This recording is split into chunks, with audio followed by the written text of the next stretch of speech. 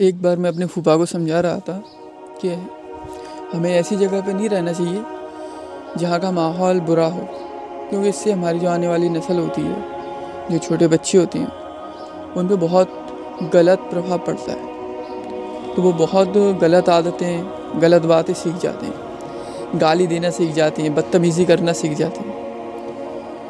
और अगर ऐसे माहौल में हम रह रहे हैं तो फिर बच्चों की तरबियत, उनकी परवरिश करने का कोई फ़ायदा नहीं होगा, क्योंकि आप कितनी भी तरबियत कर लें, कितनी भी परवरिश कर लें अच्छी से अच्छी, और अच्छे से अच्छे स्कूल में उन्हें डाल दें, लेकिन जो उनका माहौल है ना, उससे ही वो सबसे ज़्यादा इफ़ेक्टिव होंगे। सबसे ज़्यादा अपने अंदर जो चीज़ें, जो बातें अब्ज़ॉर्ब करेंगे ना, वो माहौल से करेंगे। जैसे आपका घर का माहौल होगा, बच्चे वैसे ही बनेंगे। जैसे उनके आसपास का एनवायरनमेंट होगा, वैसे ही बच्चे बनेंगे। तो ये सब बातें जब मैं उन्हें समझा रहा था तो उनको बहुत बुरी लग रही थी, क्योंकि मैं उनसे इनडायरेक्टली ये बात कह रहा था कि यहाँ से अपना घर बेच दो, क्योंकि ये रहने लायक जगह नहीं है बिल्कुल भी। खासकर वो जगह, वो शहर तो रहने लायक बिल्कुल भी नहीं है जहाँ से मैं बिलोंग करता हूँ।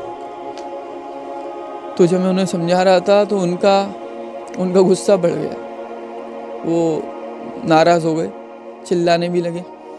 वो बोल रहे थे, अरे ऐसा कुछ नहीं होता, हम जो सिखाएंगे बच्चों को वही सीखते हैं, माहौल से कुछ नहीं होता, ये सब तो अपने ऊपर डिपेंड करता है कि अपन अपने आप पर कितना काबू रख सकते हैं, अपने बच्चों पर कितना कंट्रोल कर सकते हैं अपने बच्चों को। तो मैंने कुछ नहीं कहा उनसे, मैंने बस सही वक्त का इंतज़ार किया कि कुछ ना कुछ तो ऐसा होगा। मैं चुप हो गया। मतलब थोड़ी देर बाद उनका लड़का आया, बड़ा लड़का, और फूफा ने उससे कोई चीज़ मांगी।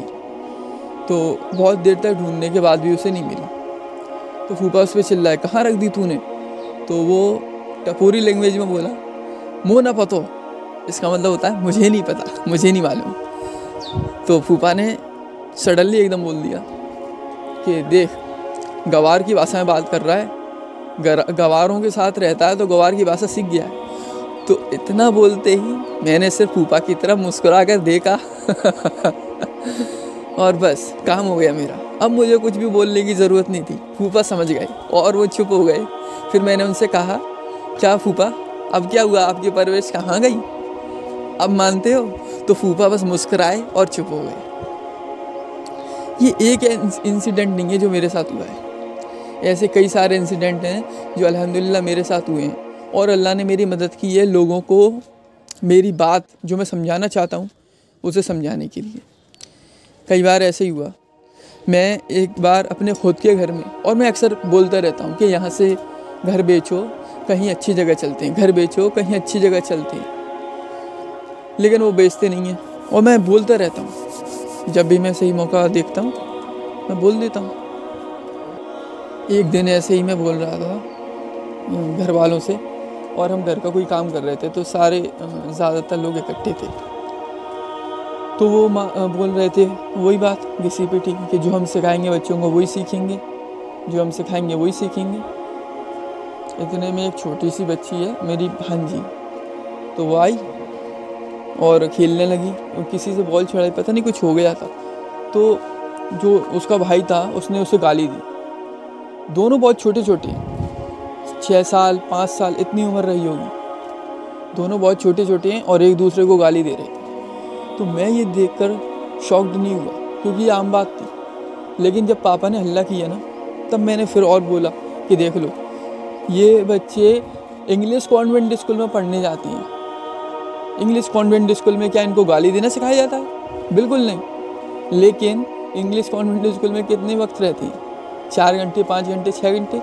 ज़्यादातर वक्त ये लोग घर पे बिताते हैं। तो घर में तो ज़्यादातर लोग गाली देने वाले ही हैं।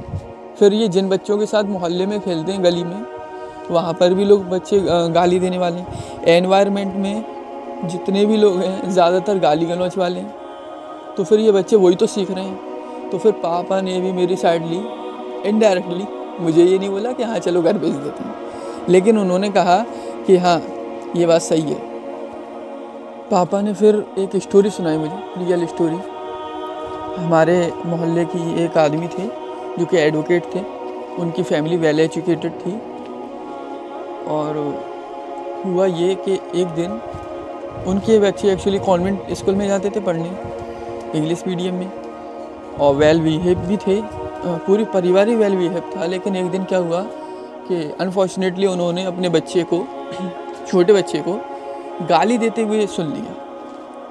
तो उन्होंने कहा यार ये क्या आफत है, इतने पैसे लगाने के बाद, इतने अच्छे स्कूल में पढ़ाने के बाद, इतने अच्छे से तरबियत करने के बाद भी अगर इनका ये हाल है तो हमें यहाँ नहीं रहना। और फिर वो मकान बेच के, अपना घर बेच के किसी ऐसी जगह शिफ्ट हो गए जहाँ का माहौल अच्छा हो, एनवायरनमेंट अच्छा हो। और ये सिर्फ हमारे यहाँ का इंसिडेंट नहीं है, इसको आप कह लीजिए कि कोइंसिडेंट है कि मेरे पापा जहाँ रहते हैं उनके मोहल्ले से एक वकील यानी कि एडवोकेट, वो अपने बच्चे की बुरी आदत ना लग जाए इस वजह से घर बेचकर चला गया।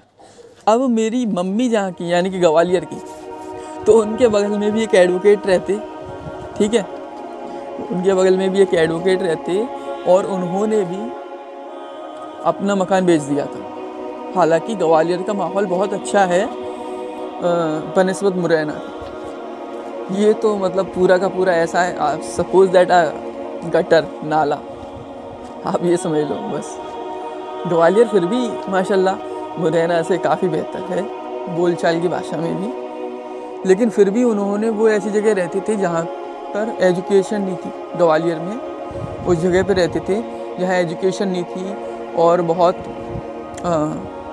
पिछड़े लोग रहते थे, तो किसी भी तरह की सभ्यता मान मर्यादा नहीं थी।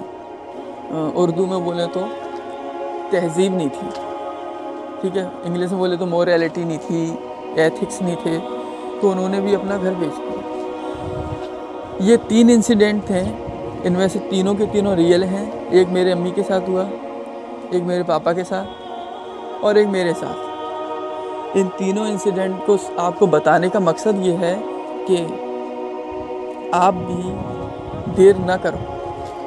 देखो, कदम तो उठाना पड़ेगा अगर आप चाहते हो कि आपके बच्चे अच्छी तरबियत लें, अच्छी से अच्छी जगह पर रहें, तो फिर आपको शुरुआत करनी पड़ेगी। आप ये नहीं कह सकते कि मैं जहाँ रह लिया वहाँ मेरे बच्चे भी रहेंगे, नहीं। अगर आप चाहते हैं कि आपके बच्चे सही राह पर चलें, दीनदार बने, तो आपको दीनदारों के साथ रहना होगा। आप अगर किसी ऐसी सोसाइटी में रहते हैं जहाँ पर के लिबरल लोग रहते हैं, सेक्युलर लोग रहते हैं, तो आपके बच्चे भी अनफॉर्चुनेटली सेक्युलर और लिबरल ही बनेंगे, इसमें कोई शक नहीं है। और ज़्यादातर होता ही है, इल्ला माशाल्लाह एक आध निकल जाए तो निकल जाए, वरना वो वैसे ही बनेंगे जैसे कि वो माहौल में रहते। इसलिए माहौल को, एनवायरनमेंट को चेंज करो, ये ज़रूरी है।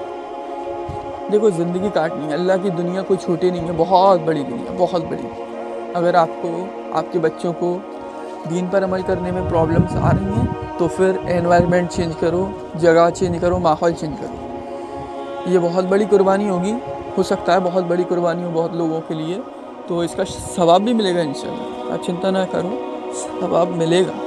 लेकिन कदम आपको उठाना पड़ेगा। अगर आपने कदम नहीं उठाया ना, तो फिर तैयार रहिए, क्योंकि आने वाली जो नेक्स्ट जनरेशन है ना, वो पूरी तरह से स्पॉइल हो जाएगी, स्पॉइल। क्योंकि मैं जानता हूँ किस तरह के इंसिडेंट मुझे यहाँ देखने को मिल जाएंगे। बस यही है। अगर बात अच्छी लगी हो तो लाइक करो। और मैं, पता है, वीडियो यूट्यूब पे अपलोड करना बंद करने की सोच रहा हूँ, क्योंकि मुझे यहाँ बहुत अजीब लगता है। व्हाट्सएप पे तो फिर भी ठीक था, लेकिन वहाँ पर तो जो है वो लोग पर्सनल में कमेंट कर दिया करते थे, बता दिया करते थे कि ये क्या है, इसका मतलब क्या है, कमेंट, सवाल, बातचीत हो जाया करती थी। यहाँ तो मैं बस अकेला ही बात करता रहता हूँ, आप लोग ना कमेंट करते हो ना बात करते हो किसी टॉपिक में, मतलब कुछ भी नहीं। मैं तो अकेला पड़ गया हूँ यहाँ पर यूट्यूब पे तो और ज़्यादा कमेंट आने चाहिए थे, मैं तो अकेला पड़ गया हूँ। तो इसका क्या फ़ायदा, मैं तो व्हाट्सएप पर ही ठीक था, कम से कम लोग बात तो कर लिया करते थे पर्सनल में। आप लोग तो कुछ बोलते ही नहीं हो, बिल्कुल चुप रहते हो। तो ऐसे नहीं चलेगा। आप लोग जब तक बोलोगे नहीं, जब तक बताओगे कि नहीं हाँ हम तुम्हारी वीडियोस को सुन रहे हैं, मैं क्यों डालने लगा, मैं तो डालना ही बंद कर दूंगा ना फिर। इसलिए अगर आपको अच्छा लगता है तो शेयर करो, लाइक करो, कमेंट भी कर दो।